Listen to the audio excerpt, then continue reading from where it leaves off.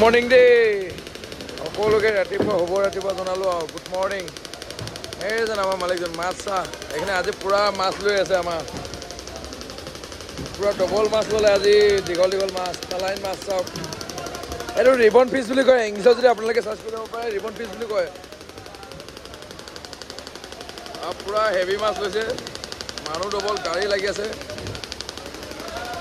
আৰু এনেকৈ বৰ্ডৰ পৰা উলিয়াইছে যাওক।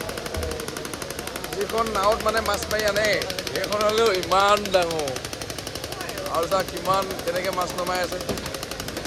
এয়া কোনোবাই খাবলৈ লৈছে, বিৰাট দামী মাছ হয়। এইখিনি যিখিনি মাছ বেয়া হৈ যায় বৰ্ডত আইচ চাইচ নাপায় সেইখিনি এনেকৈ বেষ্টত যায়।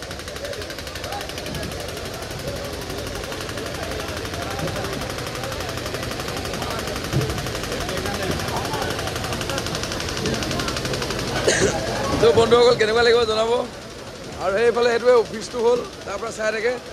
এইখন মাইক লৈ চিঞৰি দিয়ে মানে কিবা যদি খেলি মেলি হয়। এইটো হ'ল কেমেৰা, পূৰা সকলো সুবিধা মানে চব আছে, মানে কিবা হৈ যাব পাৰেতো। আৰু এইফালে বহুত ডাঙৰ সেইফালেও আছে। আৰু বৰ্তমান এইখিনি মাছ আমাৰ লৈ আছে, সেইকাৰণে মই দেখুৱাব ধৰিলোঁ। তো কেনেকুৱা লাগিছে জনাবচোন।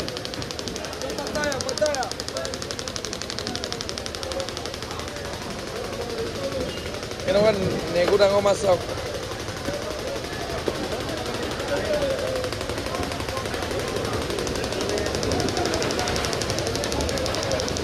এইখিনি হ'ল বৰফ।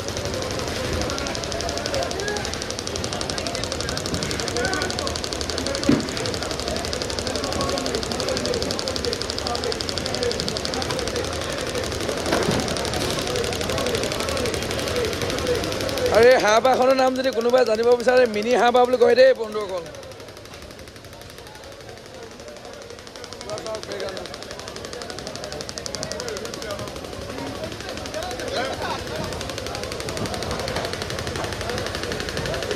Bye bye.